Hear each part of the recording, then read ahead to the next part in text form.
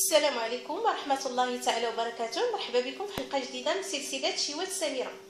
الشيوة ديال اليوم غادي نقدم لكم طريقة تحضير واحد الدجاجة بحشوة البطاطس، كتجي لذيذة ورائعة وبسيطة في المقادير ديالها.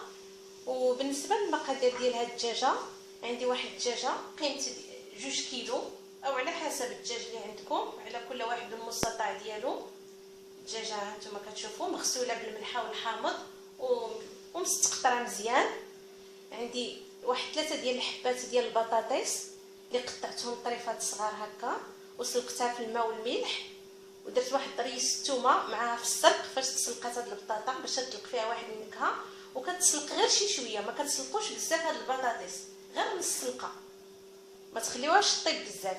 وكنحتاج واحد 2 كبيدات ديال الدجاج اللي قطعتهم طريفات صغار هانتوما كتشوفوا على هذا الشكل، وزيت الزيتون. انا غادي ندير مع الحشوه زيت الزيتون، واللي بغى يدير الزبده يديرها، كيبقى الاختيار. انا كنفضل زيت الزيتون. وبالنسبه للتوابل، الفلفل الاسود نص معلقه صغيره او على حسب المقدار، كاين اللي كيبغي داكشي حار يزيد شي شويه، اللي ما كيبغيش بزاف الابزار كينقص. المهم انا درت نص معلقه صغيره ديال الفلفل الاسود الابزار، الملح حسب الذوق، شويه ديال لاموطارد مخلطه مع شويه ديال الملح، وواحد زليفه صغيره ديال المعدنوس مفروم، الباقي دنوس مفروم، قيمه واحد 4 ديال المعالق كبار ديال المعدنوس مفروم. اول حاجه كنقوم بها، كناخذ ديك الدجاجه كنديرها في واحد الانيه هكا، كناخذ ديك لاموطارد اللي خليت شويه مع الملح، ما كنكثرش الملح لان لاموطارد مالحه والدجاجه مغسوله بالملحه. كندير غير شي شويه وكندهن هاد الدجاجه مزيان حتى تتشرب هاد لاموطارد والملح باش كتجي لذيذه، كيجي فيها المذاق. كنحشي لها الجوانب ديالها،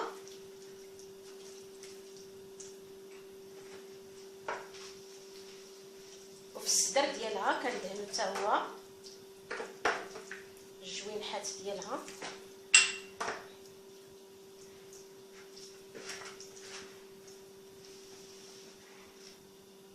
بالنسبه للخطوه الثانيه، كناخذ ديك البطاطس اللي سلقت نص سلقه، كنديرها في هذه الانيه راه سلقتها بالماء والملح. كنزيد شويه ديال ديك الكبيدات مقطعين طريفات صغار، كنزيد داك المعدنوس باقي دنوس مفروم،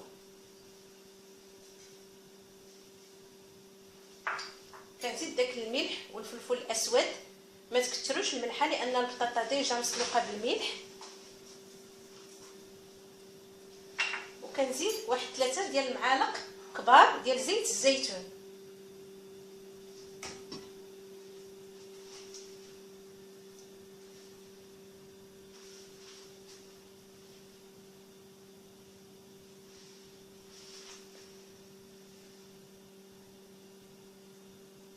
وكنخلط هاد العناصر جيدا.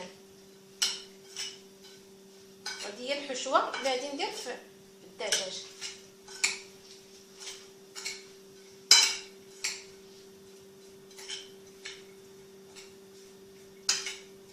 بسيطه وكتجي لذيذه. الا عندكم حتى الزيتون، انا ما متوفرش عندي دابا الزيتون، ممكن تضيفوا الزيتون مقطع طريفات صغار. الزيتون يكون داك الزيتون المحمض، الزيتون كيعطي واحد النكهه رائعه. ما عندكمش تكتفيو بهاد المقادير. ديك الحشوه كنملئ بها الدجاجه، كنحشي دوك البطاطس وكنسد هكا بلي كوردون بهاد العويدات.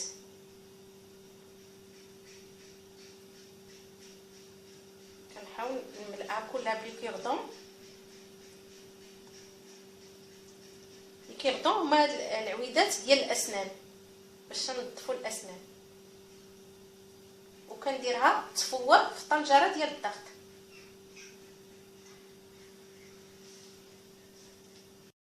منين كنعمرها كنديرها في هذا الكسكاس ديال الطنجره ديال الضغط، وكنكون ربطت لها رجيلاتها بواحد الخيط باش كتجمع ما كتحلش، وكنربط لها الصدر ديالها من التحت باش يدخلوا الطياب. دابا نديرها في طنجره الضغط. بعد ما درت واحد شويه ديال الماء في طنجره ديال الضغط، ها هو غلا حتى تيسخن مزيان، وكندير واحد الزلافه. علاش غنحط هذا الكسكاس؟ كناخذ هكا الكسكاس وكنحطو في الطنجره ديال الضغط باش ما كيوصلهاش الماء، وكنسد عليها. دابا ملي سديت الطنجره ديال الضغط تنخليها واحد الساعه الا ربع حتى لساعه على حساب الدجاجه اللي عندكم. الا عندكم كبيره راه هذه تبغي تاخذ طياب، عندكم صغيره راه دغيا كتفور. دابا كنخليها على تنخلي العافيه مجهده حتى تتصفر الكوكوط. ملي كتصفر كنقص النار وكنخليها حتى تطيب. بعد ما دازت واحد الساعه في الطنجره ديال الضغط وفورات هاد الدجاجه لان الحجم ديالها شويه كبير، دابا كنديرها في واحد الصينيه وكندير فيها بابيي سيلفريزي وكندخلها تحمر في الفرن. وبغيت نقول لكم واحد النصيحه، هي ديك البطاطا ما تسلقوهاش بزاف، تسلق هي واحد 5 ديال الدقائق باش حيت كتفور مع الدجاجه راه كتزيد طيب البطاطا باش ما تحلكمش ديك البطاطا تبقى شاده راسها. دابا ندخلها للفرن تحمر. قبل ما ندخلها للفرن راني دهنتها بواحد شويه ديال الزبيده حيت ندير الزبده هكا مع الدجاجه سخونه راه كتذوب. وممكن اللي بغى يزيد واحد ضامه ديال البنه مع الزبده ممكن، هذا كيبقى الاختيار ديالكم. المهم انا دهنتها بشويه ديال الزبيده عاد غادي ندخلها تحمر. هذا هو الشكل النهائي ديال الدجاجه بعد ما تحمرات مزيان في الفران.